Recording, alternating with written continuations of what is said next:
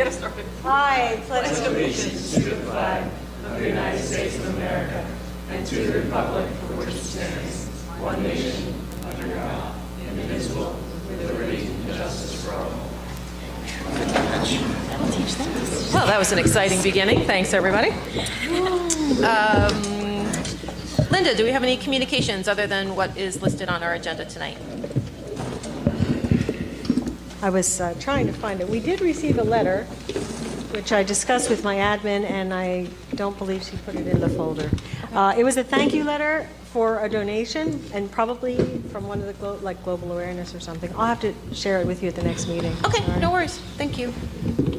All right, next on our agenda is to approve the minutes from the public workshop and executive session from October 9th, 2017, and the regular public and executive session from October 16th, 2017. Does anybody have any questions or concerns with those minutes?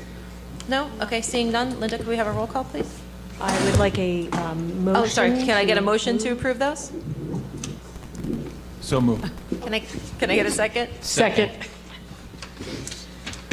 Can I get a roll call? Okay, yes. Now you. Ms. Byer? Yes. Ms. Cimarusti? Yes. Ms. Gowan? Yes. Mr. Krieger? Yes. Mr. Magaziner? Yes. Ms. McFadden Nicola? Yes. Mr. Roslowitz? Yes. Okay, so that brings us to Dr. Taylor's report. I'd like first one to refer to the students if they have anything they'd like to share. We do have a report tonight. So to begin, we don't have anything from Irving and Bartle, but the middle school, for the middle school, all of the middle school students competed in a homeroom decorating contest. The students were given parameters to use only recycled products on their doors, and they were very creative in what they considered recycled and created doors that Monet would be envious of, according to the principal. Parent-teacher conferences were held November 6th through 8th. Teachers met with parents and reviewed benchmark assessments, grades, and provided parents with in-depth details of their students' progress and areas of improvement. The middle school held a press conference with a senator and representatives from Learning Alley to showcase the program's use in our school.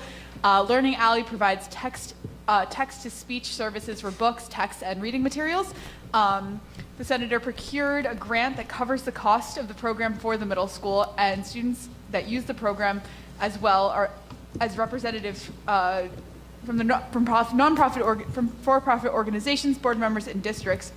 And building administration had the opportunity to participate, and it appeared on the NewJersey.com website.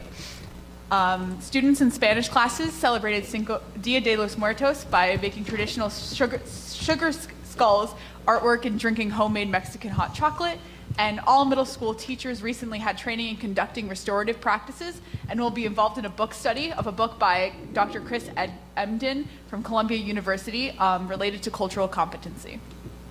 At the high school, so this Wednesday we'll be hosting Service Day, which is an annual day where we perform different kinds of community service projects. So representatives from the Environmental Club, Key Club, Red Cross, Global Awareness Group, and other school clubs will be running workshops all day. And we're also very excited to welcome inspirational speaker Eric Legrand for the final pep rally.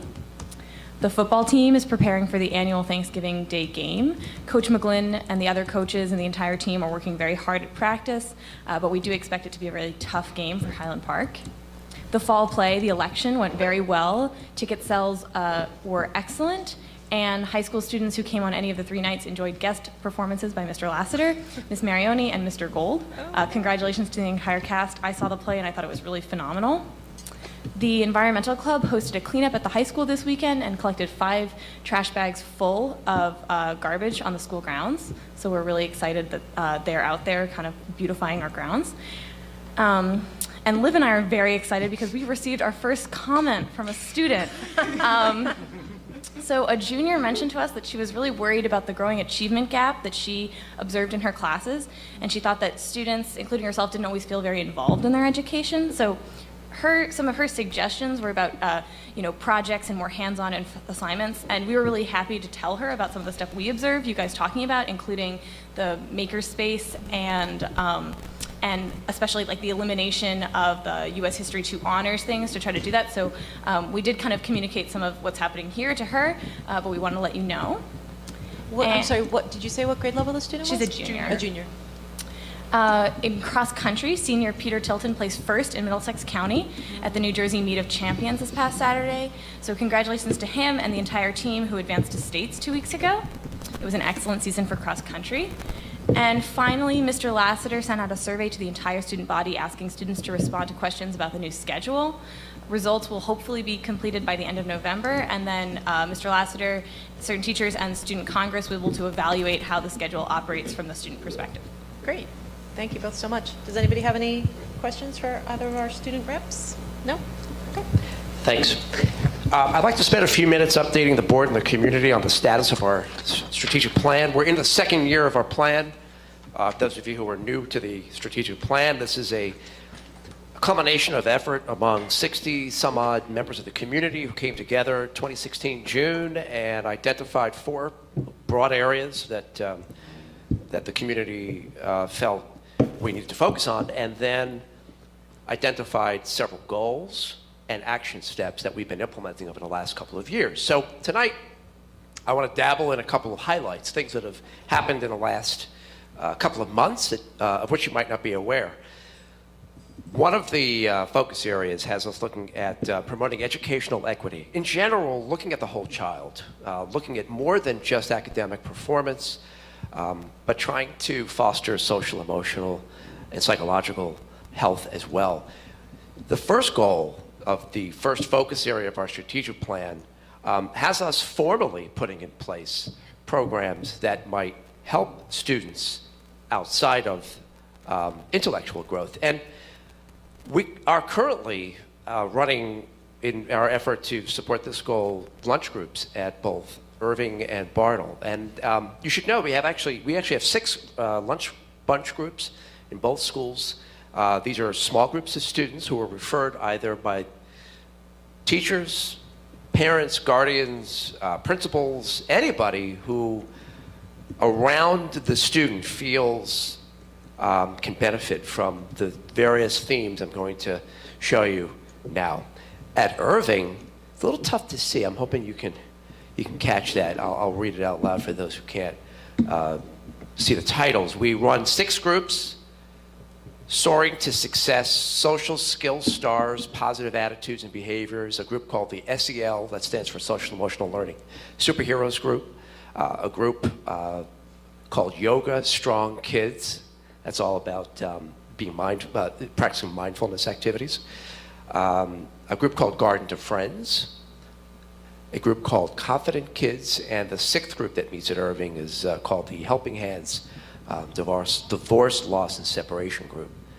At Bartle, we run similar groups, different titles, including what we refer to as the Keep Calm Crew group, Bartle Buddies for newcomers to the school community, and a general lunch bunch group that focuses on how to start, maintain, and foster stronger relationships with each other.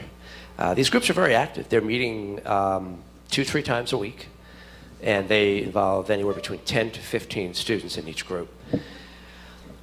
Also inherent in that first goal is our work towards promoting cultural responsiveness, and the student representatives referred to what the middle school is doing. I'd like you to know that the leadership team has been heavily involved as well in professional development, that one of our own principals has turnkeyd for us, Mrs. Osemier. We've specifically looked at such things as what is referred to as white supremacy culture, microaggression, how hidden biases, implicit biases, may in turn lead some of us to microaggress. I'm actually going to try to play an audio clip that I recorded of a couple of minutes of one of the meetings we had recently in which we dived into a heavy conversation about how we are interacting with students of all kinds of cultures, not just by race, ethnicity, but also by gender identity, socioeconomic background. We don't really see our true face unless we look in a mirror, right? And I think that we go around, and we had a senator in the other day talking about Highland Park, but we really need to look at ourselves in a mirror. And it's, when we look into that mirror, and we started looking into the mirror by looking at our implicit biases and things of that nature. But even in that case, I think that's not always the mirror. Our mirror has to be us really self-reflecting and looking at how we can put ourselves where we are and how we can see things from other people's vantage point as well. So that led to Everything that we do here in the middle school this year has been based on this equity taxonomy. And today what we're going to delve into is the second part, which is that cultural proficiency piece. If you look at an equity taxonomy, there's different aspects of it: instruction, opportunities to learn, physical integration. And we are kind of past that physical integration. I mean, we have everybody here. There's race, disabilities, genders, classes, sexual orientation. But now we're going to just talk a little bit more about our own cultural competencies. and that's just, So, I think it keeps repeating itself. I'm sorry. That is Mrs. Osemier talking to our supervisors and principals. We actually dived into a rich discussion that lasted about an hour. Our leadership team is made up of folks from different cultural backgrounds as well. So when we do talk, because we've created a safe environment for us to open up and be honest with each other, we talk very honestly and very directly. It's not until that we have our leadership team fully having taken ownership over this topic that I think we will be able to effectively model for the teachers, who will then model for the students what we expect of them when it comes to relating to all kinds of folks from different backgrounds. So that's why I think the work we're doing with the leadership team is so vital. Also, in our first goal first focus area is a goal that has us doing more for for families and guardians and members of the community. One of the action steps that we weren't able to tend to last year, but finally have this year, is to create a resource handbook for anybody who needs a contact for financial support, medical support, therapeutic support. Those of us who are living in homes here in the community who don't know who to reach out to can go to this resource, which is on the front page of our website, download it. It's a multi-page report and get all that information confidentially. We don't track who downloads this information. This is a resource for our families and guardians. The second focus area includes a goal that has us fostering more personalized learning experiences. And I thought I would show you, rather than explain, the product of the work we're doing to individualize instruction. I don't want to keep going back to using that phrase, differentiated instruction, because it's becoming cliche. What we're talking about is really thinking about every student as an individual and then adapting instruction to meet his or her needs. One of the ways we're doing that is to create very comfortable learning environments like this one here. This is just a typical class I walked into, small group instruction. And this is what I see whenever I walk into this particular class. It's not the only class that has created such a learning environment. Small groups, students working in pairs comfortably. You note that they're sitting where they want to sit. They're not being required to sit in columns and rows. Any questions, thoughts, comments? This is just really a cursory review of where we stand right now with our strategic plan. No? Thank you. I'll give it back to you. All right, great. Okay, so you don't have anything else for your report this evening, so we'll move on to my report, which we scooched up to the top of the agenda so that we could finish working on our board goals, which, Scott, you're going to pull up for us, right, so that we can... I'm sorry, say that again? You were going to project, I think, the board Oh, goals yes, for us I will, again, but so from my desk. Okay.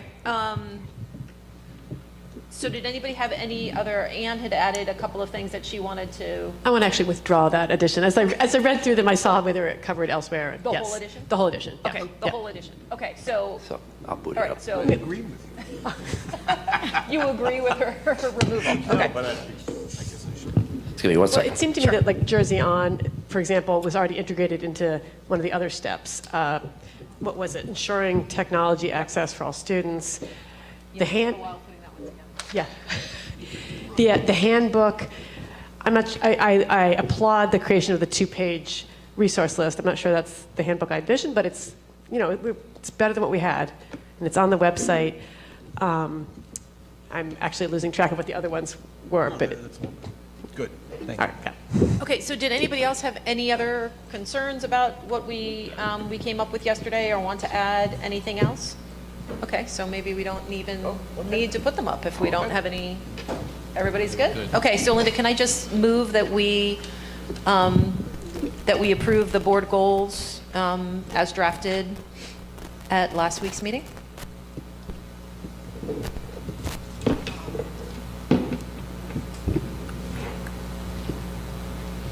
Should, Yeah. I- Just stay to that. oh, is it too late to jump in? No, not at all. So for the community, if we're not going to display them here, where will they be displayed? On every agenda that we print up The back of from- the agenda and for the rest also of the on the year. website as Yeah, well? they usually go on the board. Right. Under Any the other board tab of places? the website as well.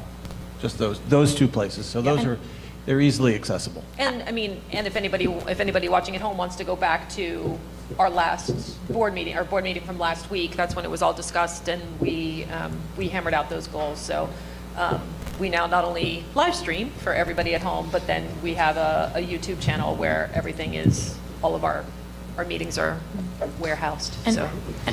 and my question is, Everything is was there editing done between last Monday and today? No. Okay, so everything that has been changed was changed last Monday? Yes, nothing has been, Anne had sent a couple of suggestions, but then. Okay, then yes, got it, okay. Then rejected her own. Yeah, her own sorry I additions. bothered you guys. Yeah, I mean, because we can't collaborate Yeah, on right. something outside of a meeting. Okay, so do I need to add anything else to that, Linda, or can I ask for a motion? What, yeah. We're Do you have approving the 2017, 2018 board goals as drafted at the November 13th meeting.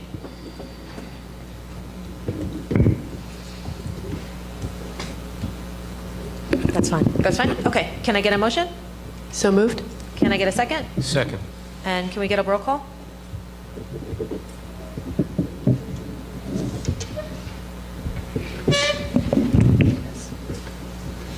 Ms. Byer? Yes. Ms. Simorowski? Yes? Ms. Gowan? Yes. Mr. Krieger? Yes. Mr. Magaziner? Yes. Ms. McFadden Nicola? Yes. Is Ms. Pietrobone here now? No, she's not here yet. Mr. Oslowitz? Yes. Okay, and we wanted to have a quick discussion about with the board members who attended the New Jersey School Boards Association workshop some of us attended for 3 days, some for a day and a half or so. Yearly, the New Jersey School Boards Association has a workshop. I think it's one of the bigger conventions of all of the associations throughout all the education-related associations throughout the state. So it's not just for school board members, superintendents attend, business administrators attend. Special ed directors. Special ed directors, all the attorneys. I mean, it's just thousands and thousands and thousands of people with some really, really helpful, beneficial workshops for the first time this year, or that I know of anyway. I don't recall our board doing any presentations in the past that I'm aware of. But Dr. Taylor, myself, Michelle, and Stephanie Sasso, who helped write our transgender policy, did a very well-received presentation on that policy, about the writing of the policy, about the adoption of the policy, and about the implementation of the policy. I think I might have already said, it was very well-received. We had at least a couple hundred people in the room, which was a wonderful surprise. Standing room only. A standing room only presentation. We brought lots of materials that disappeared. Luckily, we had the foresight to put together a special section on the website so folks could go to that part of the website and get all those materials themselves after the workshop, or after the session rather. And, you know, we had people coming up to us for the remainder of the workshop thanking us, and I got stopped in the elevator. it was really nice. It was really nice to know that there are a lot of other districts out there who, if they hadn't implemented a policy, were still interested in implementing a policy and were seeking out guidance for how to do that. So that was great. So that was a really wonderful experience. But I wanted Mark and Michelle and Rob and myself were the Rob Magaziner were the ones who attended. So I wanted everybody to just kind of like give us a couple minute synopsis of some of the more interesting sessions that you attended. Shall I? Please. Okay. So the first thing, I was there all 4 days. This is the first year it's been Monday through Thursday. The first thing that I would say as an overall overarching theme is you get to see what other districts in the state are doing.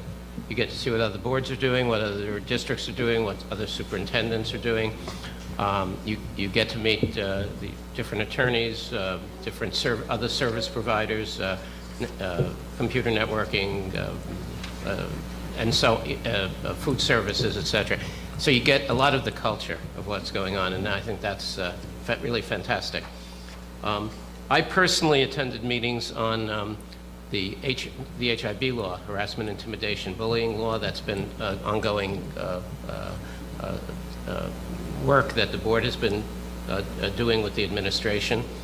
I also attended meetings on ethics, a school board and board member and administration ethics, what the law is, how it has changed.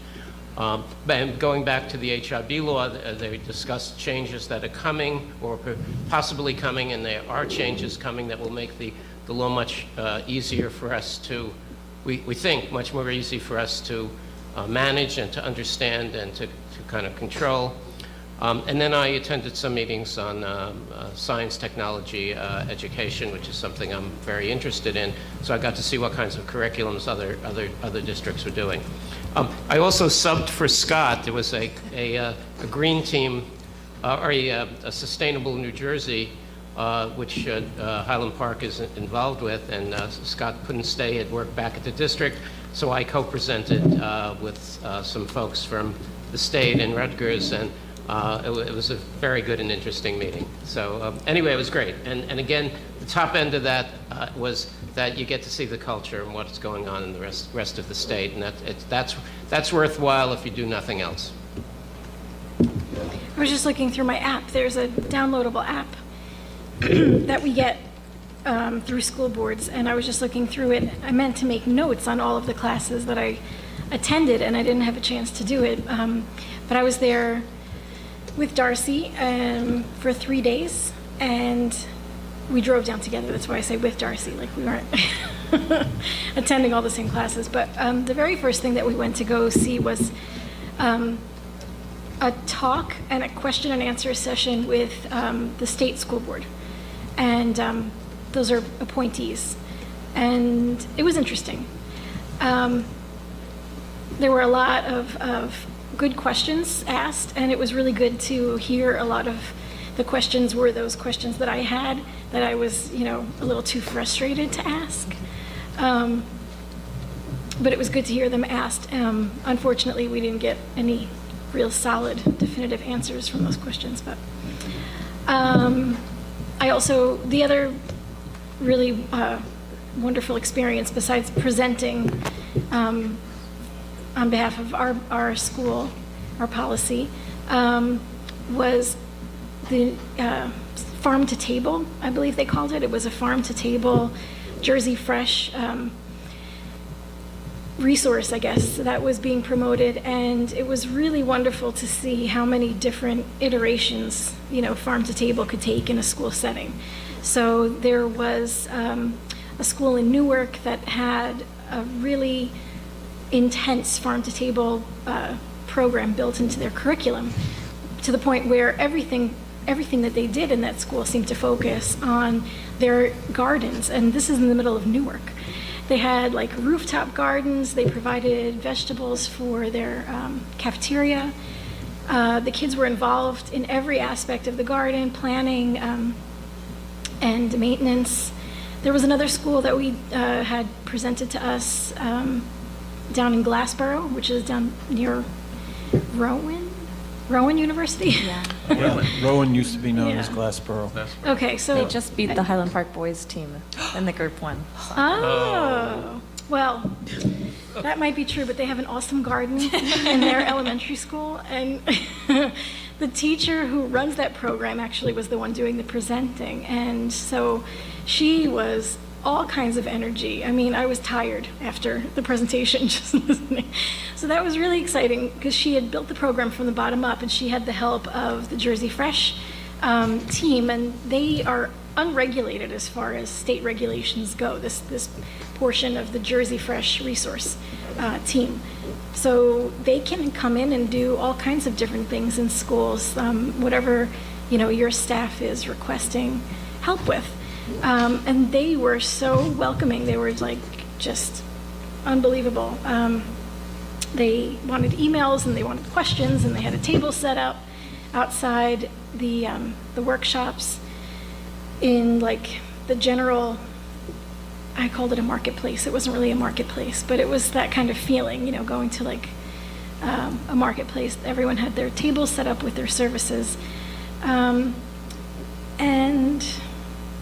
I mean, the experience of seeing other school board members like face to face and hearing a lot of their stories from their districts was really enlightening. I mean, I felt like we've got our stuff together, and yeah, we have a lot to be proud of here. And yeah, it was good to network. I think that it was really an important experience, and I plan on going every single year. And you got 3 more to go, so. Yeah.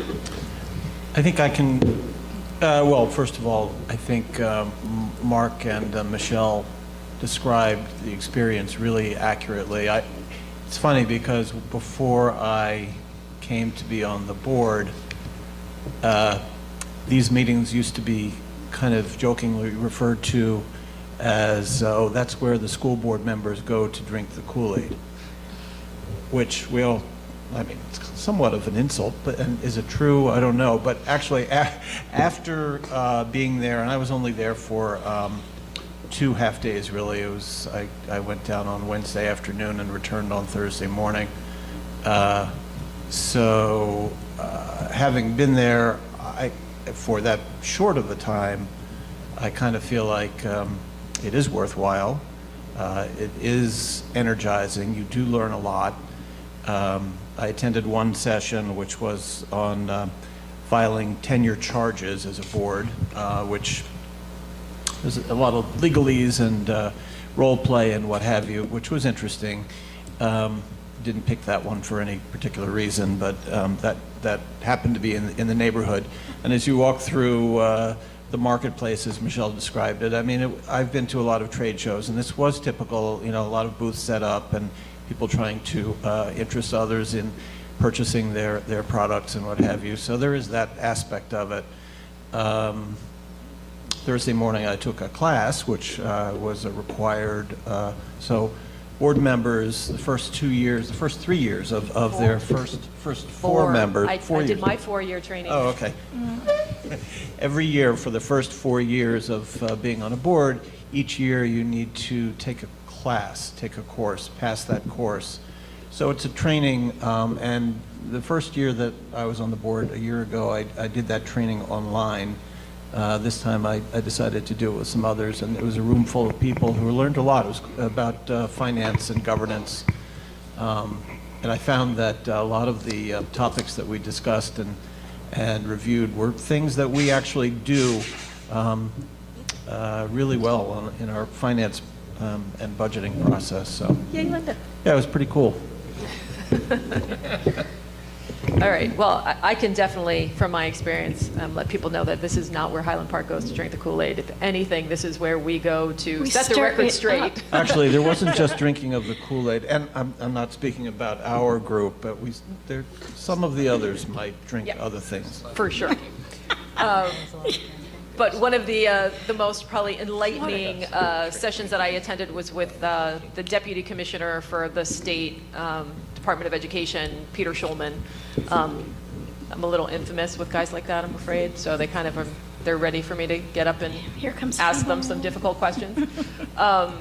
But something that I did ask him about, and actually I followed up with him via email, and I've now been ignored for a week and a half, so maybe I'll recruit your help if you have not gotten a memo on this subject, was something that Scott and I had discussed just a few weeks prior to workshop, was a memo that came out from the state saying that if any students had not passed Algebra 1 Park, that they'd be required to take either the course again or a refresher course before being able to take Algebra 1 for a second time because that's now a graduation requirement. We both thought that was a little preposterous, but this is what's coming down from the state. This is what you have to do. So I got up and I asked a question pertaining to that and was told, oh, no, it doesn't have to be a course. They don't have to read. I was like, I read the memo. It was all highlighted. That's what the memo said. And then the response was, oh, well, then the person who wrote the memo did a really bad job. She's back there. Like, literally pointed some poor woman out in the back, was like, hi, I wrote the memo. It was like the most bizarre thing ever. I was like, way to go, Department of Education. You guys really rock. You really rock it. So the response I got in that session was that another memo would be forthcoming to clarify that students do not need to retake Algebra 1 as an assessment. Districts do not have to come up with an entire refresher course, which means writing a curriculum, which means teaching that curriculum, which means more hours that students aren't moving on with their math advancement because of a test that's now a graduation requirement when they're in potentially 7th grade, 8th grade. So maybe we can figure out a way together to nudge him gently to get a response. And no memo has come from the Department of Ed since. So those are also the kind of things that you get to do when you're at workshop. You get those people in front of you who write those memos and go, is that really what you meant by that memo? And then sometimes they go, no, it's her fault. And you're like, oh gosh, that was ugly. That was, wow. Right. Or as Michelle said, get to ask questions of the State Board of Education and understand that we now have, a board that the departing governor has pretty much stacked full of people who don't know what the heck they're doing. And like literally start off the meeting by saying, I'm new here, be nice to me. And you're like, Yeah. you're an appointed one of, 16 appointed people who are going to set education policy for the entire state. It's not our job to be nice to you. It's actually our job to come and ask you really hard questions and for you to get us the answers. So I just want to add one thing now that you're saying that. It's not easy to get any kind of audience with the State Board of Ed. No. I mean, I think they only allow maybe two times a year there's open public comment. Open public comment, meaning you can ask a question from one room to a group of strangers where there may or may not be a board member present to answer your question. Like, it's a really frustrating thing to see so many of, our friends go down and try to ask a question these 2 times that you're allowed to see them. So this was a really... Yeah, so this is a remarkable way to get access to people who are otherwise pretty much inaccessible. So I always try to attend. The one I didn't attend this year that I typically try to attend was the legislative session, because then you get legislators that you can also get access to, but that conflicted with something else. So I think just that question to Peter Schulman alone was worth the price of admission, not only for our district, but for kids in districts all across the state, who lots of districts are making kids retake an entire course based on not passing the park, and that's just utterly preposterous. So if we could have had a small hand in changing that for kids across the state, I'll be extremely happy. So, okay, that's, I think, it for our school board's workshop update. And so we'll move on to our board committee reports. And just for anybody who's here or anybody who's watching at home, this is our voting session. The way we run our board meetings now, we have a workshop session. First, where it's all these same items on the agenda. We run through those items, we discuss them more fully. So tonight, you're just gonna see us kind of run through them because we've already discussed all the items on the agenda. That way, we're never voting on anything that hasn't been fully discussed. We've had a few days before last week's meeting to look at those agenda items. We discuss them in full at our board meeting. We have another full week to think about them, and then we can come and we can just vote on them quickly. So don't think we're just like, oh, wow, they really thought about that stuff. The reason we go through it very quickly at this meeting is because this is our second meeting of the month, and we go through it more quickly at our voting session. So with that said, Michelle, could you run through the curriculum and instruction items? Yes, I'm really sorry. I'm just bringing it up right now, so I No might worries. need a minute. We really Michelle, only have to could- highlight anything that's new, if there is anything. And if anybody has their agenda, Thank you so much. who's, Yes, okay. yeah, there isn't anything new. So. Oh, okay. Michelle? Okay, I have a paper copy. I'm ready. And there's nothing new, right? Yeah, there's nothing new on the agenda. Right, so, okay, so the first item is the approval of the field trip requests. Number 2 is the approval of the HIB incident reports for September only. Number 3 is the approval of Handle with Care training, November 1st, 2017. Number 4 is the approval of Dynamic Learning Maps assessment training. Number 5 is the approval of Genesis gradebook training. Number 6 is the approval of the university graduate students, and that's the language arts department in the middle school.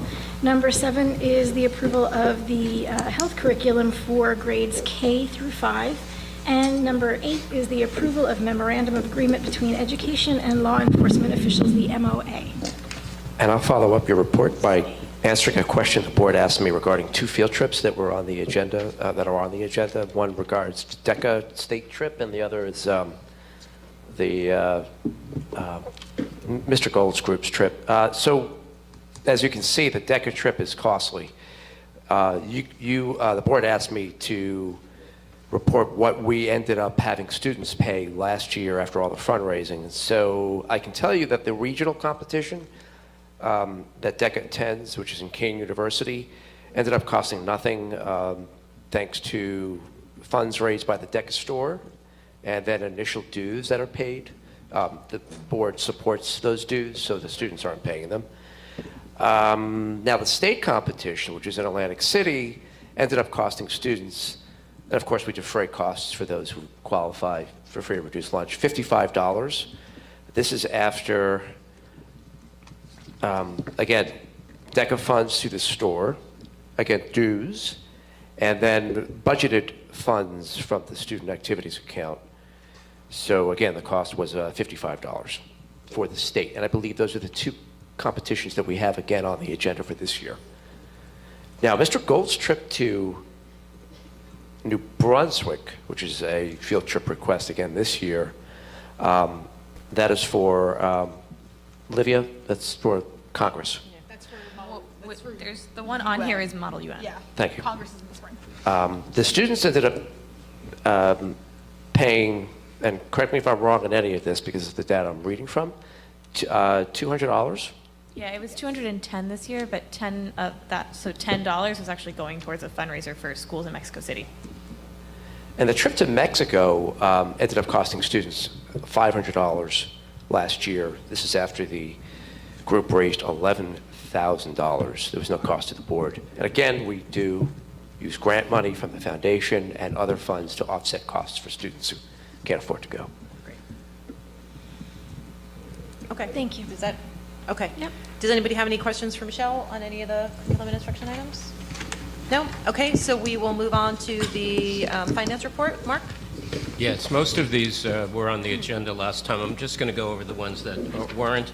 So we have number 4, approval of bill lists, and number 6, athletic bill lists. These are October and November. We have approval number 8 of cafeteria bill lists. Numbers 10 and 11 and 12 are treasurer report and board secretary report and Board of Education certifications that we haven't overexpended our budget. Number 13 is approval of budget transfers. I do want to repeat a thank you, number 15, for the grants from the Highland Park Educational Foundation. And I think I calculated last time it was over $20,000 on these very, very worthwhile projects. So again, a thank you for that, for those programs. On number 16, we have a new approval for professional services for Christopher Palfrey. Number 22 is also new. We've been awarded a We've been awarded a Bezos School Award. I assume the first name there is Jeff. So thank you, Jeff. For $1,000. I'm sure he's watching. What's that? I'm sure he's watching. I hope he's Well, he's watching. streaming. I mean, he should be. He should be watching.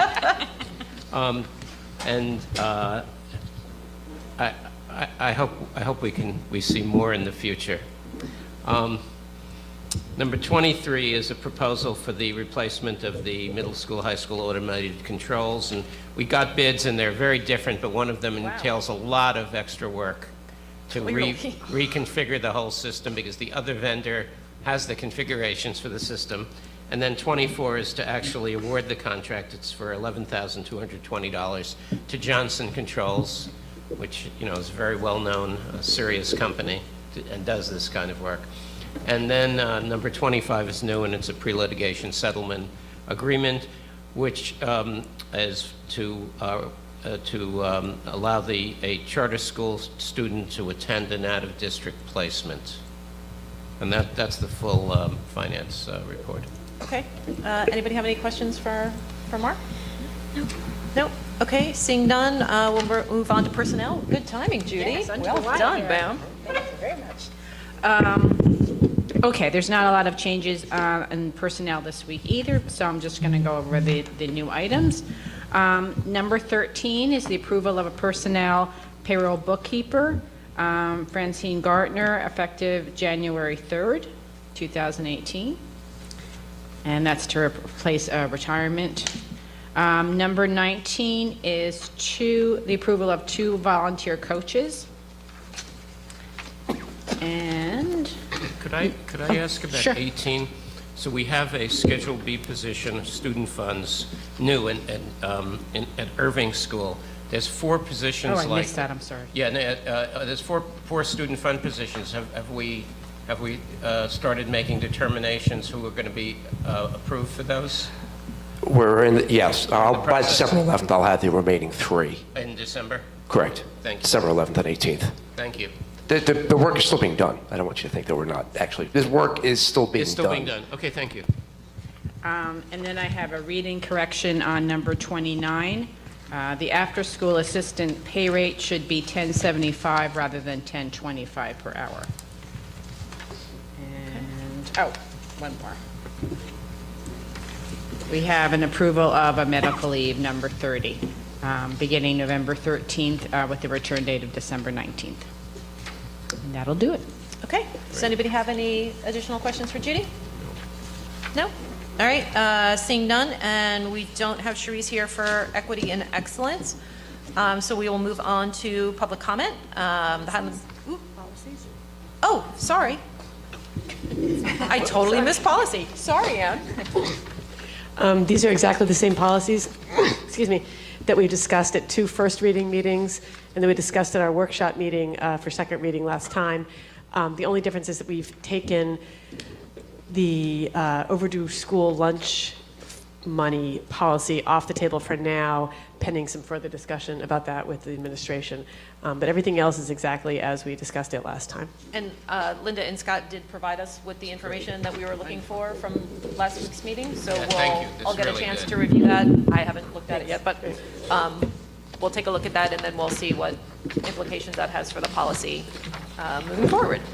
Sorry about that, Ann. Oh, it's fine. And Sharice is not here for equity and excellence, so we will move on to public comment. The Sorry, Highland- back to policy. If we tabled 8550, the next time we bring it up, will it go back to Second. first reading or second? Yeah, we'll go for second. Yes. Okay. Oh, yeah. I guess so. Sorry for mine. So the Highland Park Board of Education welcomes public participation. Is reserved this time for your comments. If you would like to make any public comment, you can come up to the podium. If you're a resident, just state your name and your address. If you're a student, you can just say, "Hi, I'm so-and-so, and I'm a student."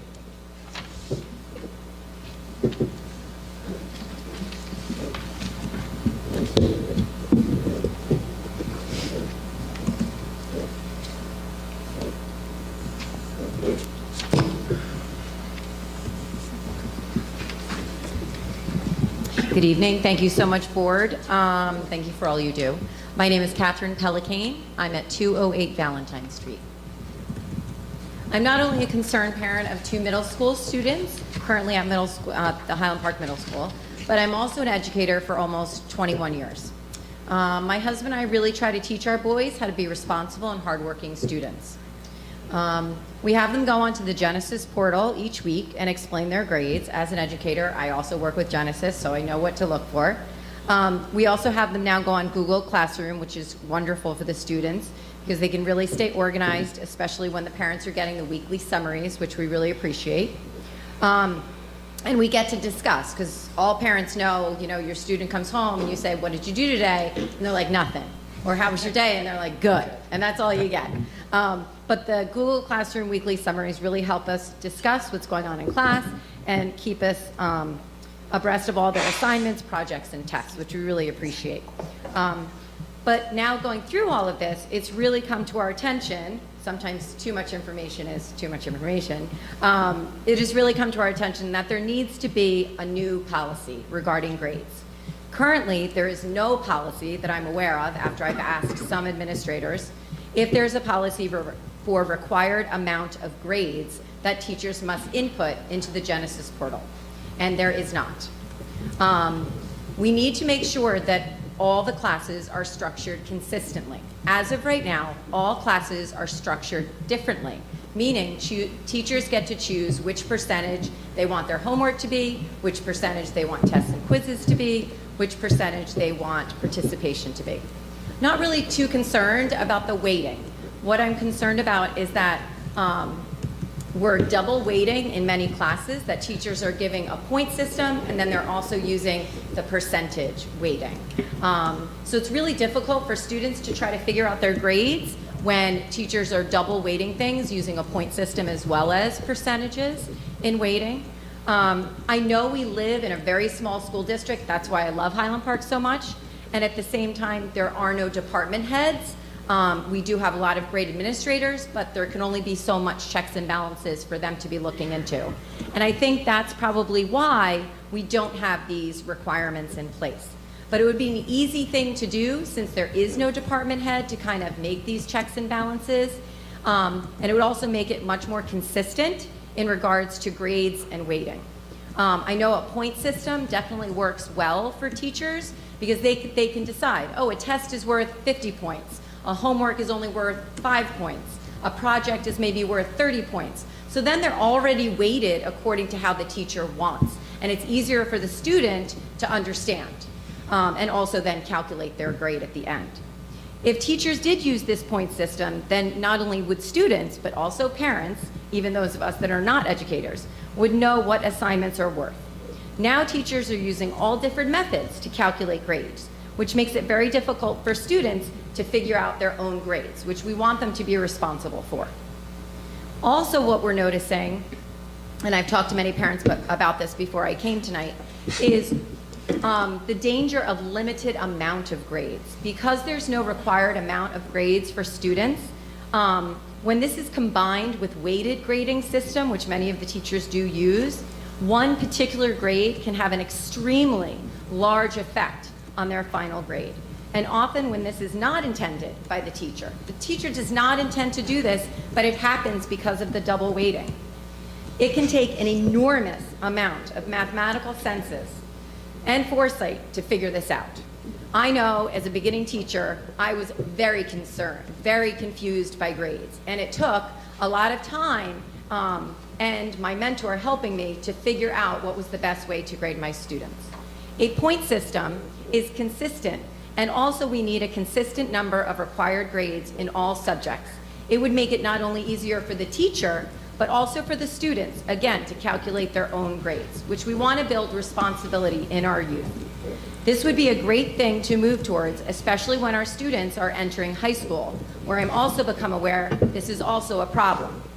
Then all parties involved, teachers, students, and parents, are all in agreement, and we're all on the same page. So I ask you, please, board, to just look at this.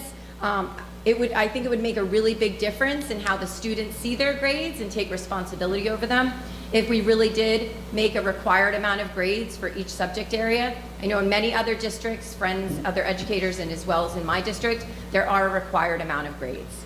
If we're meant to be student-centered, we should require teachers to have a certain amount of grades in. Thank you very much. Could you, hold on just a second. Thank you.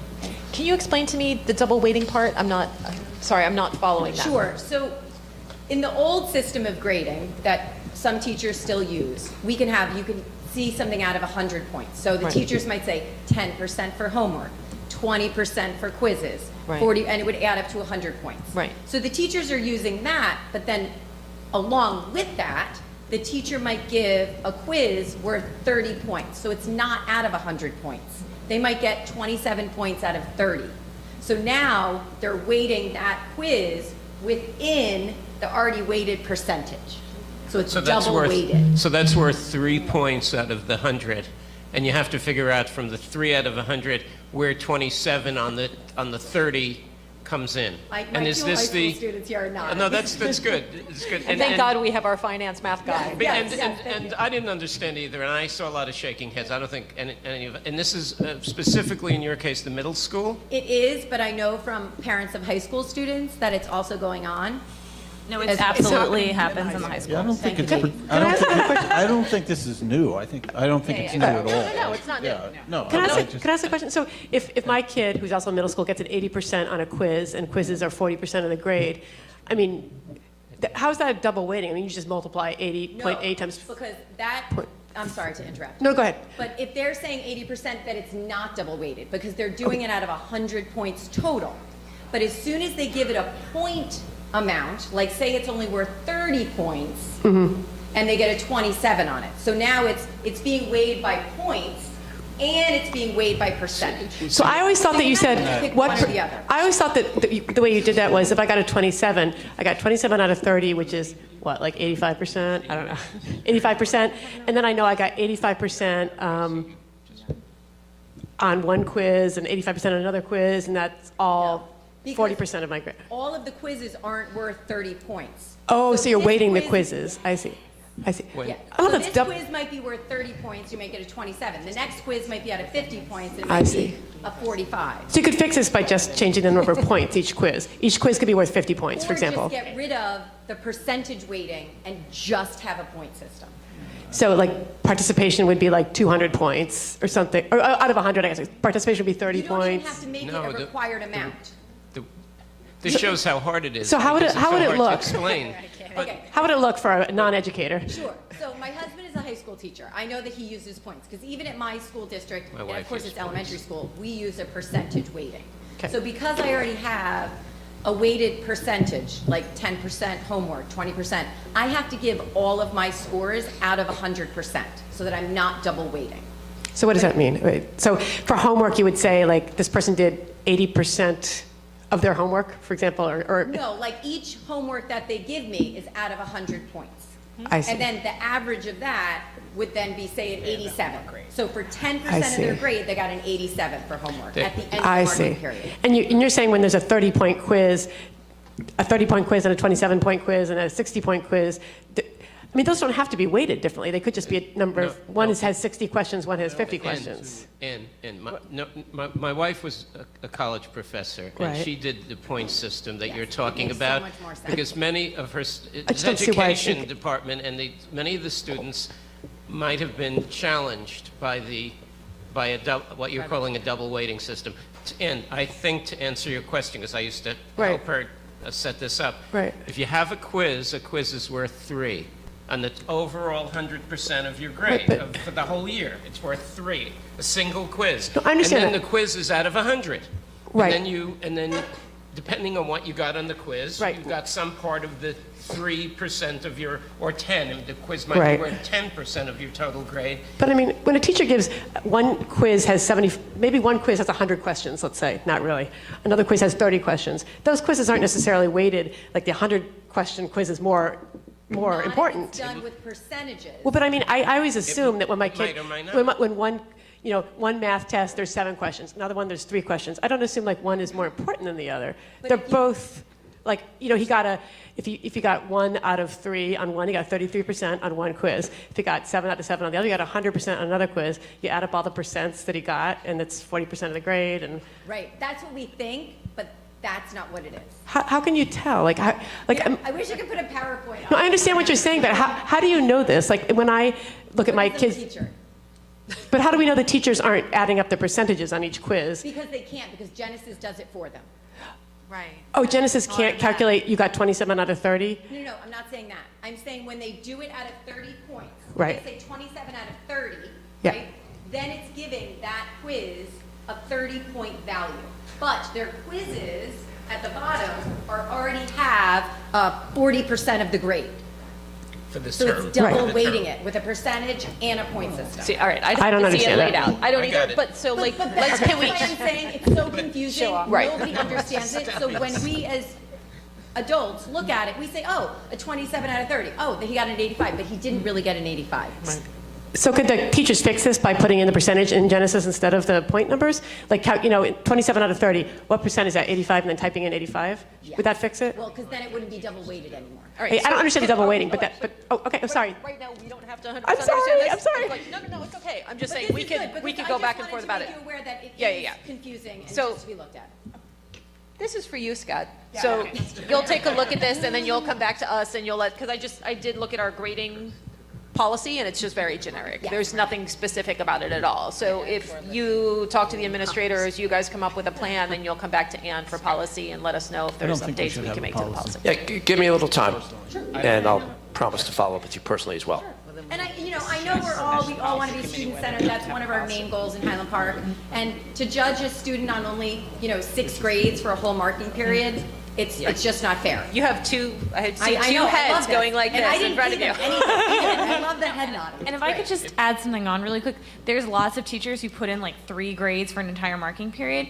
And so that's a problem already because like what do you do when you have one bad grade? But more than that, there's also a problem, and I understand because I have parents who grade papers and I'm like friendly with my teachers, and so I know how much of a struggle it is to grade and try to keep on top of all that.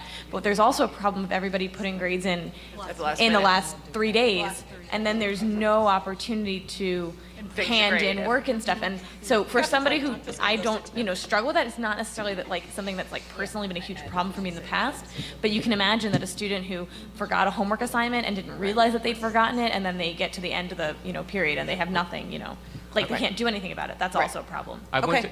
wanted to ask one more question. You talked about, I think, missing grades or a minimum number of grades. What does that mean? Well, that's what the students are saying. Like, if you only have 3 grades for the marking period, if you have one really bad I get grade, it. So you have to have some minimum number School for. districts, you have to have a required amount. I Like, got I you. have to have at least 12 grades per marking I period. got it. And Catherine, one of my big takeaways is And to get what them you're suggesting is posted in a timely manner. Yeah.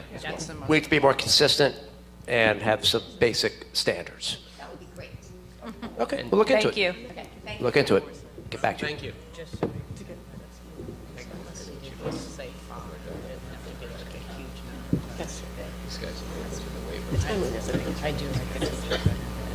So guys, if you could just write your names down there and then state your names, and that'll do it. We'll assume you all go to Highland Park. They do.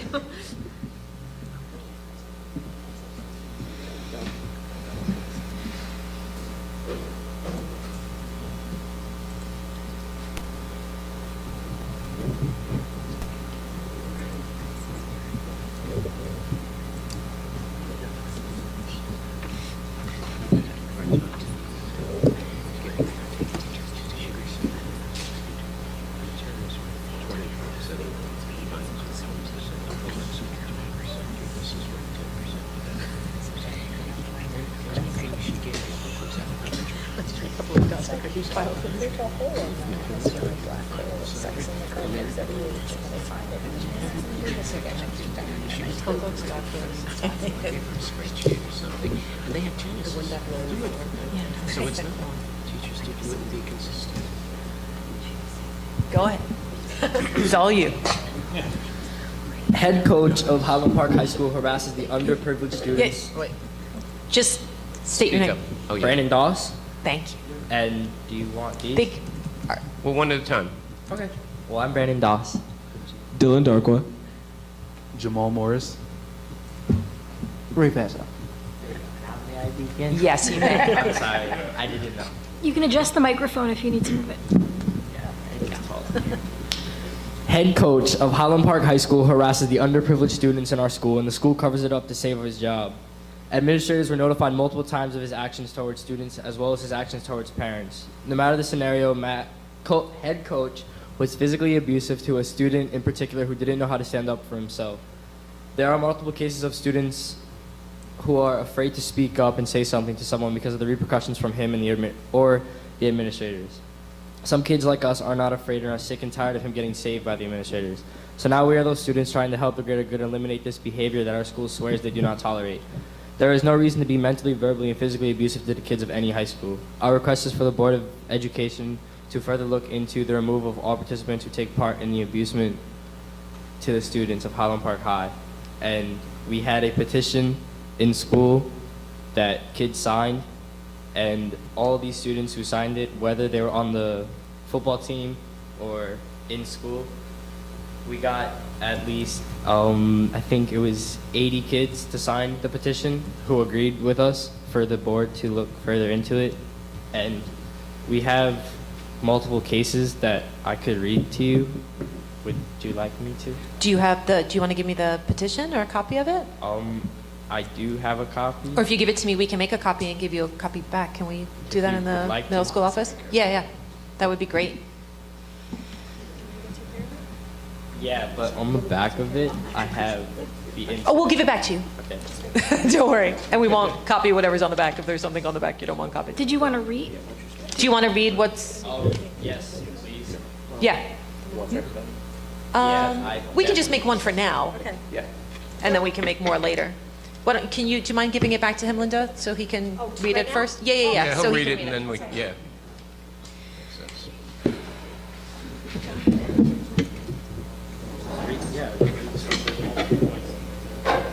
The head coach of the football team, had multiple forced students/athletes to play for the team. Even though the fact that most of the players had injuries, such as one had a dislocated shoulder, one had a concussion, one had a sprained wrist, and one had a knee problem. So there were many times when head coach would use inappropriate language, such as singling out two of his players in front of the rest of the team, saying they should get beat up. Another example of the head coach using inappropriate language is during practice, on and off the field. He constantly curses and using very offensive statements to some of the athletes. A specific example of this is when another coach and himself both called one of the athletes a disgrace to Highland Park football, making them feel unwanted on the team. The head coach disregards the fact that the students have a life outside of school and practice. An example of that was when causing one of his athletes to get fired from a job that they needed. He held them too long at practice, neglecting the fact that they had to go to work, even though he knew in advance. The head coach constantly verbally abuses the underprivileged athletes on the team, for example, the ones who live with only one parent. He even called the student, a bad word, but I can't say it on the mic. I can't, right? Okay. For not playing when his one parent made it abundantly clear that football wasn't possible. He verbally abuses some kids by trying to force them to play football, and the verbal abuse forces kids not want to play the sport, leading them to quit, which I don't think he understands that. The head coach punched a student in the face, leaving a black and blue eye. We told administrators a numerous number of times, and nothing was done about it. He also grabs our face masks if a student does something wrong in practice, and he would slam our heads together and pull them all the way forward, so jolting our neck, which obviously cause a whiplash effect, which is neck injuries. And the head coach also, from time to time, when we do something wrong on the field or inside the gym, he would throw a chair near us or sometimes at us and just get angry and start yelling at us. that was a specific example because I witnessed that. Angel walked in. No, Okay, I'm sorry. That's sorry. okay. A I know student- you're trying to be yeah. careful. I can tell A you. student walked into the gym late to a game, and coach takes a chair, throws it not at him, but in the direction towards him, so it would, I guess, scare him. But the athlete felt unwanted and scared, obviously, of the coach.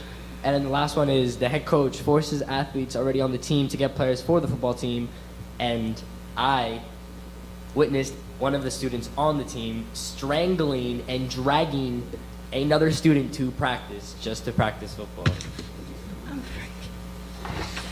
I don't know what else you want me to say.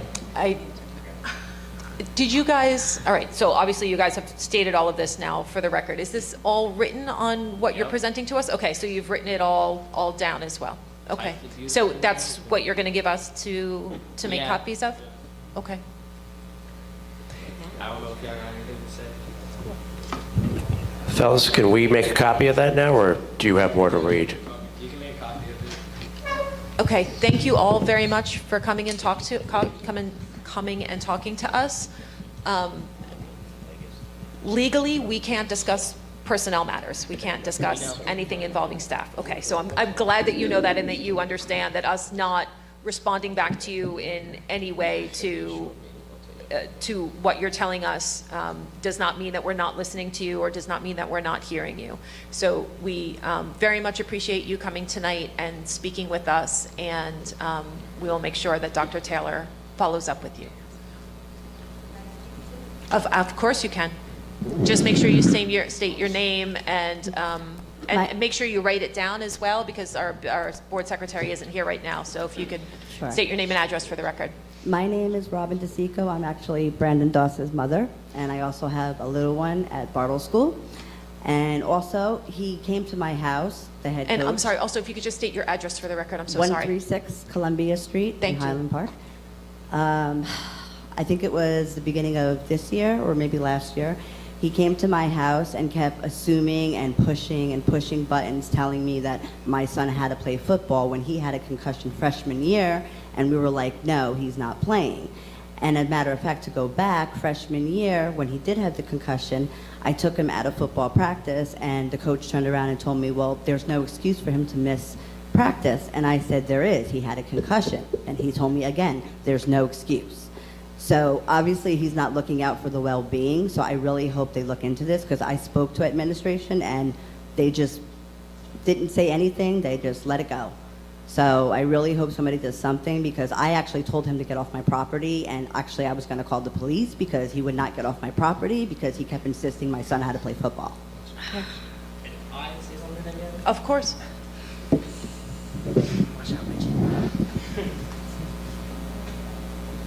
Thank you. You're welcome. Thank you for coming.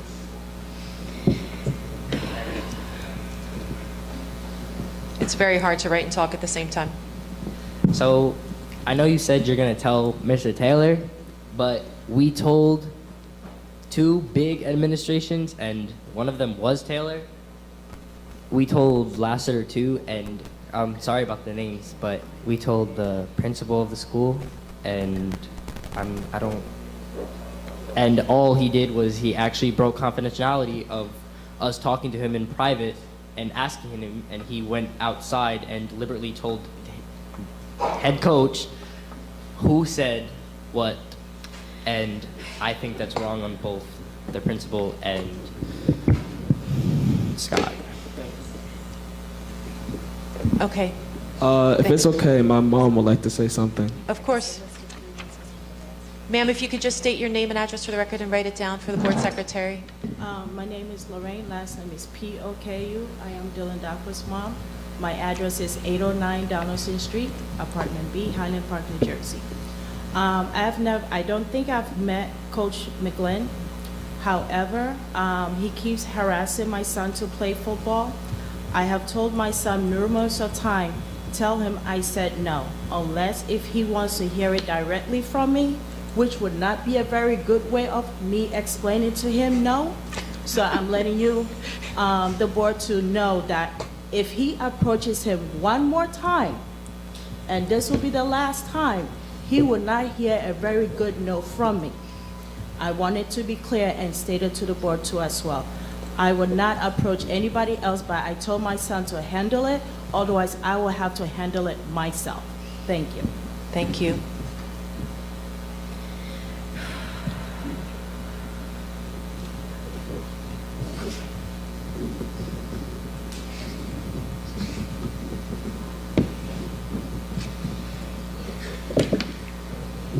Thank you all very much for coming.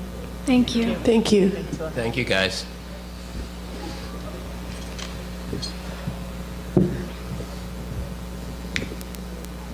Okay, is there any other public comment? Okay, if there's no further public comment, then we will move on to our committee reports. Michelle, could you move the curriculum and instruction items?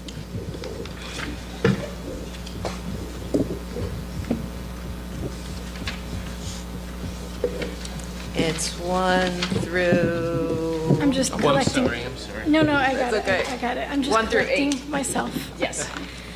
It's hard to shift gears.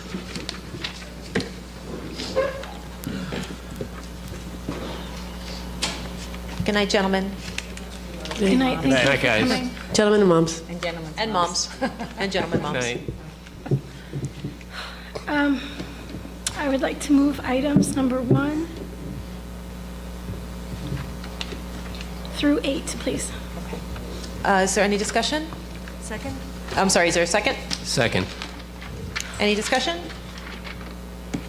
No? Okay. Linda, could we please have a roll call? Ms. Byer?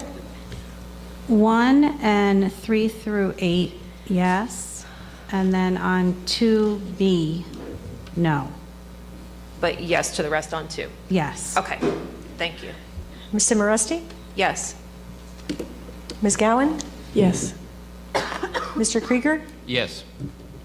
Mr. Magaziner?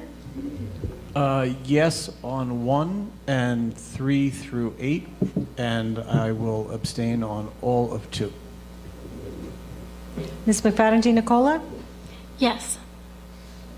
Ms. Pietrobono? Yes on 1 and 3 through 8,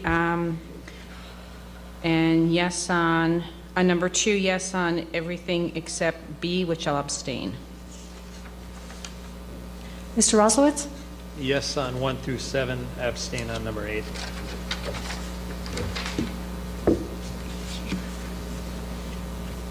Oh, sorry, that's the end. I forgot Teresa's in here.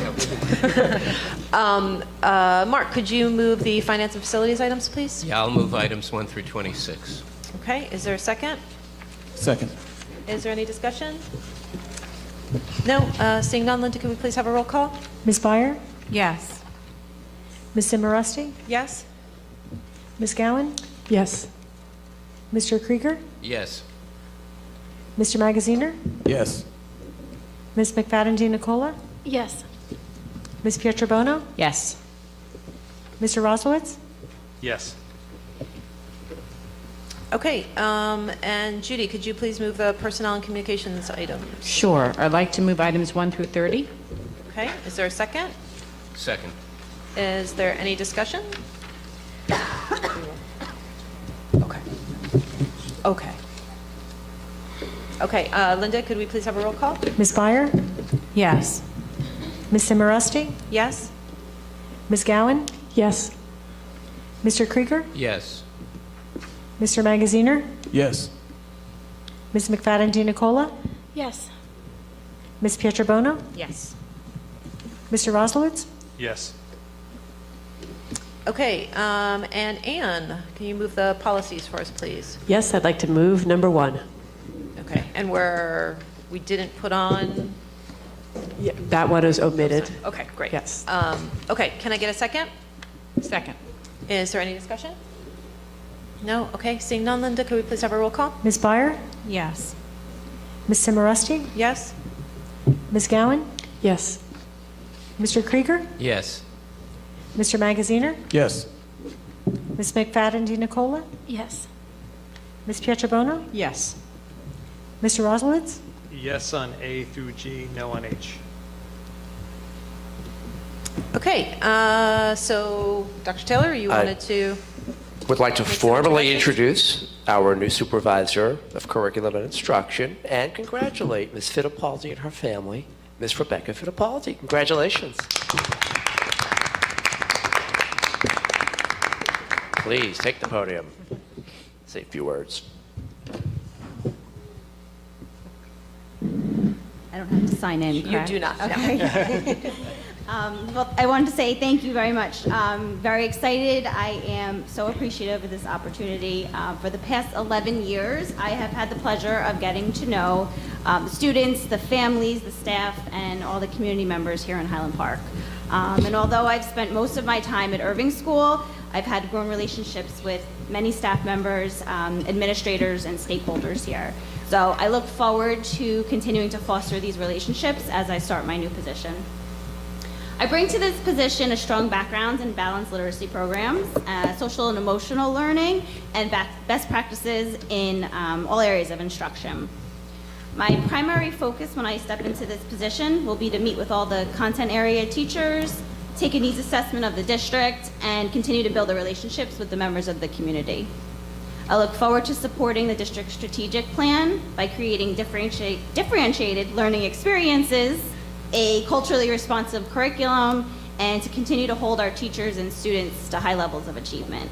So thank you again for this wonderful opportunity, and I look forward to working with you all very soon.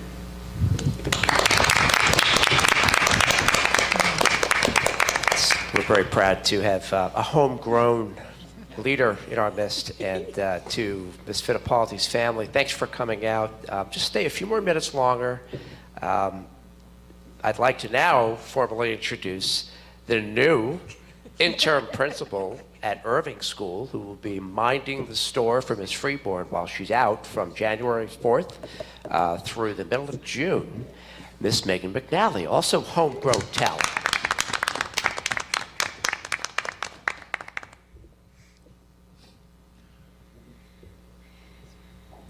I guess I don't have to sign in either, right?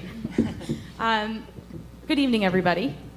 It's my pleasure to be here, and I'm extremely excited for the opportunity at Irving. Last year, I had a wonderful opportunity being able to cover an administrative maternity leave for Ms. Brady, who was out, and I really hope to take the knowledge and working with everyone and the parents, the families.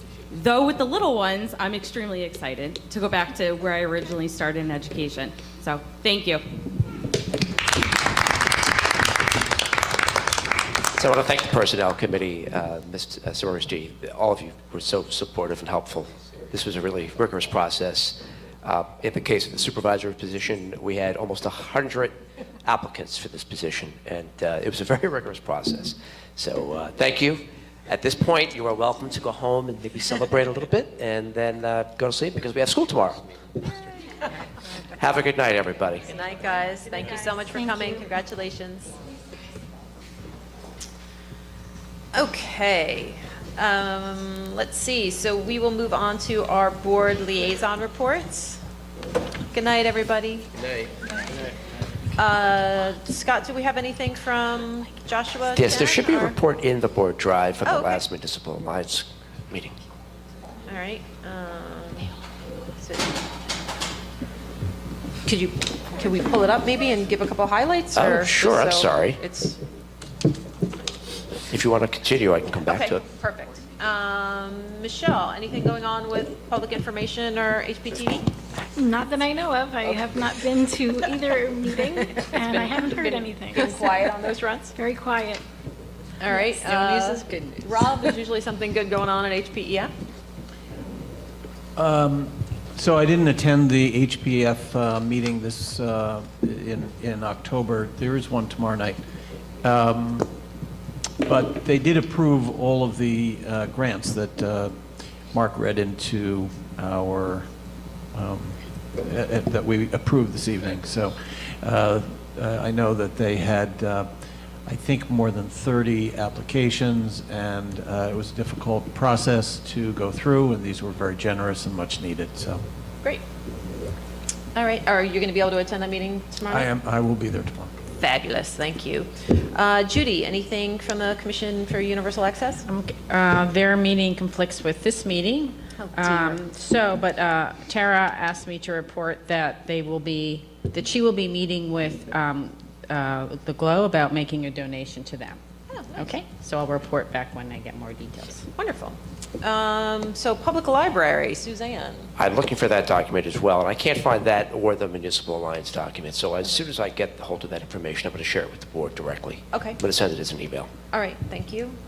Shared services, there hasn't been anything on that front either, although Dr. Taylor and I have a meeting tomorrow morning with the mayor and council president. So that's not exactly the same, but at least, certainly goes to show that we are continually looking to work together with the borough to see where we can make our objectives align. So if anything interesting comes of our meeting tomorrow, we'll certainly let you guys know at our meeting next month. Ruth, do you have anything for us from CPAC? I do. So I received an email from Tara. I haven't been able to attend the meetings, but she said that the last 2 meetings had new parents come who were able to come because we had childcare available for them. Excellent. So they thanked the board for approving that very much. And the next meeting is December 4th at the middle school. The GLOW program will be presenting about their program. Oh, cool. Nice. All right, thank you. Sharice isn't here to update us on Highland Park Parents of Students of Color. Anne, do you have anything for Human Relations? I do. Nothing that's immediately actionable. Let's see. At the November meeting, we talked about the commission is running a book club. The first meeting is going to be Thursday, December 7th at 7:30 p.m. But people could also go to the Facebook page and look for Highland Park Human Relations Commission, and it should pop right up with all the events. They're going to be reading Everything I Never Told You by Celeste Ng about a mixed-race family living in 1970s Ohio and the tragedy that will either be their undoing or their salvation. I think that's from the back of the book. But it sounds like a great book. Okay, it is a great book. Says the librarian. I just felt that it was a little bit like canned summary. They're going to look into trying to give our library more advance notice in the future so that our library can order additional copies of the book, which was not, I guess that couldn't happen this time. We also talked about the Martin Luther King Day celebration. That's the borough celebration on which the Human Relations Commission takes the lead. That will be on Martin Luther King Day. They would like someone from POSOC to speak about the 40th anniversary of integration. So I will reach out to Sharice and make sure that's processing to the system. Let's see, there's one other thing. Sorry for my delay here. And there's an ongoing decal project that people might want to know about. It's Ruth, it sounds a little bit like what you've been talking about with regard to welcoming people with disabilities into stores. This is, it's a decal that the Human Relations Commission, I guess, will be sponsoring and making available to stores and places of public accommodation. We have to come up, I think they have to come up with a new phrase. It was going to be, it might be one world, one people, and they'll have some kind of statement about how everybody's welcome here. The idea being to, encourage people to think about not discriminating against other people, and for store owners to just express that they do not discriminate. So it's just a welcoming thing that the borough will be starting up with. And I believe that is it. Thank you. Let's see, where are we? Mark, Board of Health. Yes, Board of Health had 2 meetings since we met to discuss this. So they've discussed, with regards to the schools, the health ed curriculum and particularly sex ed curriculum. On this, they have a great deal of interest, and they want to see how it, mostly they want to see how that's moving along through, especially since we've approved the lower grades, how that's coming along through the middle and high school. They also have money for anti-smoking efforts, smoking education efforts, and opioid addiction. And they've been in touch with the Teen Center on trying to get some groups in to do some work which they would fund. And part of the discussion, at least from my perspective, was they have the money and they have the contacts. And I encouraged Diane Heimlich, who's the chair or president of the Board of Health, for the Board of Health to take some action to take charge of that and actually start to make something happen, because the Teen Center is busy. There's a lot going on, especially in the smoking area, which the Board of Health has a lot of money that they've raised. That they get. Board of Health gets money from the smoking licenses, and cigarette licenses and e-cig licenses, and they want to spend it, and this is the place to spend it. But I think coordinating all of it has just been very difficult, and I said, don't try to coordinate it, just please do it. So I think and hope that, and they're very well-meaning, and we have very good meetings, but I really want them to take charge of it and take ownership of it. That's the word I was looking for. So I hope they will, and that would be good. That would really be good. And that's it. Could I add an amendment to mine? Yeah, of course. I also wanted to say, on behalf of the Human Relations Commission, we do have a student representative this year. It's Kaylee Wharton, who goes to the meetings, which is wonderful. I think that's the first time since I've been on a liaison that they've had a student rep. So I hope that you guys will be in touch with her, and maybe other students in the school will know that you guys have an in to the Human Relations Commission. I mean, certainly issues of discrimination and equity can be addressed here, but they can also be addressed there. Just to make sure the whole borough is finding out about things and raising concerns. It's another place to raise concerns. Thanks. Thank you.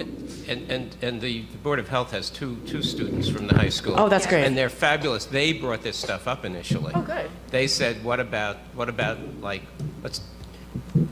let's work with the schools on doing something about health and sex ed.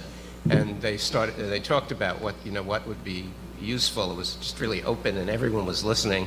And the Diane and the other folks took a lot of notes and really did something about it. It means a lot more when it's coming out of it was students' really mouths. good. I will never, ever, ever forget Lillian last year just riffing when we started talking about sex ed. I was like, yep. Go, sister.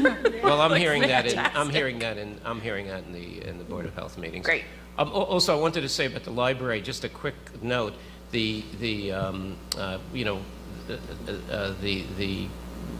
library board has been meeting and. Well, Mark's got a little bit of a cheat, we should I- say, because Mark's wife is on the library board, so we should. No, we should just all know because this No, is it's wonderful. This is a very You can put your Nora hat a on. very great interest to the community. The library has a lot of water coming in through the roof. So a roofer was in last year and replaced the roof, and the leaking got worse. And so the district, the library board met with the borough council, and the council approved an emergency measure to allow the roofs to be replaced without the kind of formal bidding that gives you a low bidder, and so hopefully soon the roof will be repaired. Thank goodness. It's really bad. There's buckets out, etc. It's really bad. So hopefully that'll get done soon. Just want Great. everyone to know that. Thank you, Mark. And anyone who's watching. Let's see, where are we? Rob, do you have anything for us for the green team? Well, the Green Team did meet at the beginning of November. I did miss that meeting. I don't know how it snuck past me. I will say this, their notes are very extensive. I don't even know how I could try to summarize everything they discussed. I know there's a number of grants that are available. I know they're talking about recertification for the bronze status that they have. I know that there's a number of initiatives they're trying to get the schools to get on top of, including Sustainable Jersey grants from PSE&G, and having an energy audit for the schools, which allows us to get points towards the different programs. So what I'm going to do is I'm going to forward these notes to everyone else, but I would say that if you see Mr. Carter or Ms. Botnovic or Vicky Zara, a number of other people, or Melanie McDermott, just Force of nature.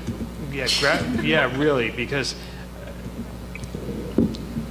I work for a living, and my notes aren't as necessarily as detailed as this. And you take pretty good notes. I've seen you take notes. Your notes are, Right, but I don't when you're necessarily on, you're on. go to this kind of extreme for even for work. So, as a volunteer, They want to make sure you're informed. Yeah, and they do a wonderful job of it, and I'm going to share it with the rest of you. Great. Thank you, Rob. For not knowing how to sum it up, you did a very good job summing it up. So me, delegate to the New Jersey School Boards Association. Boy, oh boy, did I have a good time on Saturday morning. There is nothing like driving to Mercer County Community College for 9 o'clock in the morning on a Saturday. That's how much I love you guys. Not so much traffic there. That's true. It does take less time. But it was very interesting. And I don't know what it means about me that I like doing this stuff, but I do. God help me. So the two resolutions that we talked about last time, both passed. So I texted Rob Roslevich to my right. I see you looking at me from my left, Rob Magaziner. saying, she didn't text me, what is she talking about? That I stood up and made the argument that Rob gave us that all made us think at last week's meeting. So this was on the Bloomfield resolution that was basically in a nutshell to say if we're held to a 2% cap as districts, then out-of-district placement should be held to at a 2% cap as well. And I basically stood up and said, you know, I hear my mom's voice ringing in the back of my head saying 2 wrongs don't make a right. You know, and any of the arguments that we make to hold out-of-district placement schools to a 2% cap could be made to hold us to 2% caps, and we know that being held to 2% caps does not work for us. And I said, and actually, we know that we're not really held to a 2% cap. We have waivers. We have one of which is for special ed. We have banked cap. Does that make up for all the expenses? No, it still doesn't. Yes, we've still had to go to the taxpayers for more, but we are not held to a strict 2% cap. So to now impose this, you know, to say that as an organization we're trying to impose this on the out-of-district placements doesn't really make sense. I persuaded some people for sure. I had numerous people come up to me afterwards and say, thank you very much. You made me think about this in a different way. I was going to vote yes, but I voted no. So that was good. 26% of the folks there voted no, which was probably more than would have otherwise, but it still passed. And let's see, what was the other resolution? The other resolution passed as well, which was which was the kind of no-brainer one, saying that once a budget is struck by the state, once the state sends a district their state funding numbers, it shouldn't be changed as it was. And it was remarkable. Multiple delegates got up and said, you know, I'm from, I think one was from Washington Township, I think, in Gloucester County, and said that they got $1.2 million, just so that's after their budget has been set. So you get your state aid numbers from the state, you create your budget, you approve your budget, you submit your budget to your county superintendent, and then the state comes and says, sorry, $1.2 million less, and you need to figure that out afterwards. So that was kind of a no-brainer. The other one that was voted on was that Edison resolution from last month, which I don't know if you guys remember. That was the one that they put forward. They took our resolution that was about the charter school moratorium, and then they submitted it to the New Jersey School Boards Association Delegate Assembly, but stuck language in at the end that the only policy language would have been pretty much no more charter school seats in high-performing suburban districts. Yeah, so I read it and I was like, ooh. Oh my God. Which was not the intent of our resolution at all. So, and I didn't attend the last Delegate Assembly when that one was discussed. I honestly, literally, somewhere between our meeting and that Saturday morning, and just completely forgot, like got overscheduled and didn't go. But so I wasn't there for that discussion, but I read through the minutes, and it sounds like it was a very lively discussion, and people took the same objection that we would have taken to it, which is, you know, we're not going to just limit this to high-performing suburban districts. So anyway, the delegates had a long, drawn-out discussion about this, couldn't come to any consensus, so it was decided that this would be put to the resolution subcommittee for some sort of action. So what the resolution subcommittee came back and said was that and this is actually really interesting, because I think if we would have submitted our resolution, this is part of what we would have done with it, which is they changed their current policy on charter schools, which starts, the NJSBA believes that prior to the formal charter school application being submitted to the state, and then they tagged on, or an application to expand an existing charter school. So they basically just added whatever they're saying about charter schools, they're saying the same thing about any expansion requests as well. So if a charter should be approved by a district, they're saying that an expansion should also be approved by a district. So they've broadened their umbrella when they're talking about charter schools, which is good. I mean, because before, what this does, when they brought in their policy language, that gives their government relations folks the green light to go into legislators' offices and say, hey, you know, you need to help our districts out with these, you know, these expansions that are running rampant all over the state. So, so that's a positive outcome, and the delegates overwhelmingly adopted that language. So that's now part of New Jersey School Boards Association policy. But it also sparked a conversation at the Delegate Assembly on Saturday about this idea of a moratorium. And I mean, I think the really tricky part was the Edison rep who got up and spoke kept talking about the moratorium. I want to put forward our resolution about the moratorium, but didn't realize that that wasn't really what they put forward. Like, they put forward that resolution, but they only put in this very, very narrow language. So everybody just flipped out about that narrow language.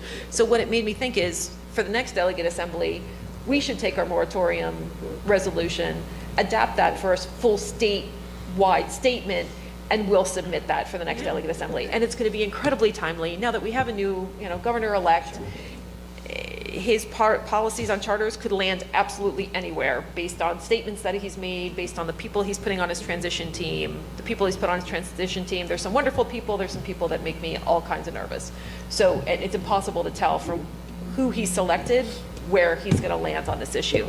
So some pressure from school boards across the state can't hurt. So that would be my recommendation, and I would certainly be happy to work on that. And coincidentally, I had somebody come up to me and talk to me who's impacted by another charter school down in Morris Township. Same exact situation as us. It's not in their district, but they're losing 6 figures out of their budget to this charter school that's not approved to serve their district, and they're very interested in doing something about it as well. So I'll stay in touch with them and get more. Always helps to have more friends on issues like this. So that's it. That's all I have for the delegate assembly. Does anybody have any questions? And Rob, you have anything exciting for us from Middlesex County School Boards Association? No, their next meeting isn't until May of next year. May? No way. Well, there's definitely one in February. I haven't found it. I see things throughout the state, but not necessarily for the Middlesex County School Boards, other than their just the SBA meeting on May 2nd. SBA meeting? A School Board Association meeting, just the little meeting that they don't even have a program for it yet. They're just okay. All right, well, keep us posted. I can't imagine something won't pop up between now and May. I think that probably just haven't quite figured out what they're going to do next. Okay. We don't have anything on the agenda for old business or new business. Does anybody have anything they want to squeeze in anywhere? Could report out loud about the good news and the progress with the school libraries. Good news, there's good news. We actually do have progress. Progress. And thanks in large part to Judy. She has been guiding me through Judy this. is not letting this go. Nope. That's a good thing. It's a very good thing. So for Judy. It turns out we now have three viable candidates for the 2 positions. Yep. Where did they come from? 2 actually applied through Applitrack about a week and a half ago, maybe 2 weeks ago. One has already been interviewed by a committee at Bartle. They love this person. I can't name names, of course. I am going to meet with this individual on Monday for a final round. However, we have 2 more candidates who look very good on paper. One of whom was actually personally recommended to me by the coordinator at Rutgers for their media specialist certification program, who's graduating in December. So I anticipate we'll recommend somebody on December 11th for the Bartle position, and then the runner-up will hopefully be receptive to the part-time position at Irving. Wonderful. But let's not commit yet. I mean, I'm not holding my breath, but I'm very hopeful. Okay. Way to go. So we will put that under old business. Thank you for that update. Anybody else have anything they'd like to put under old business? No? Anything for new business? No? Okay, seeing no takers. We don't have any more public left, so that just leaves us to adjourn. Can I get a motion to adjourn? So moved. Can I get a second? Second. All in favor? Aye. Good night, everybody. It's a land speed record, 9:15.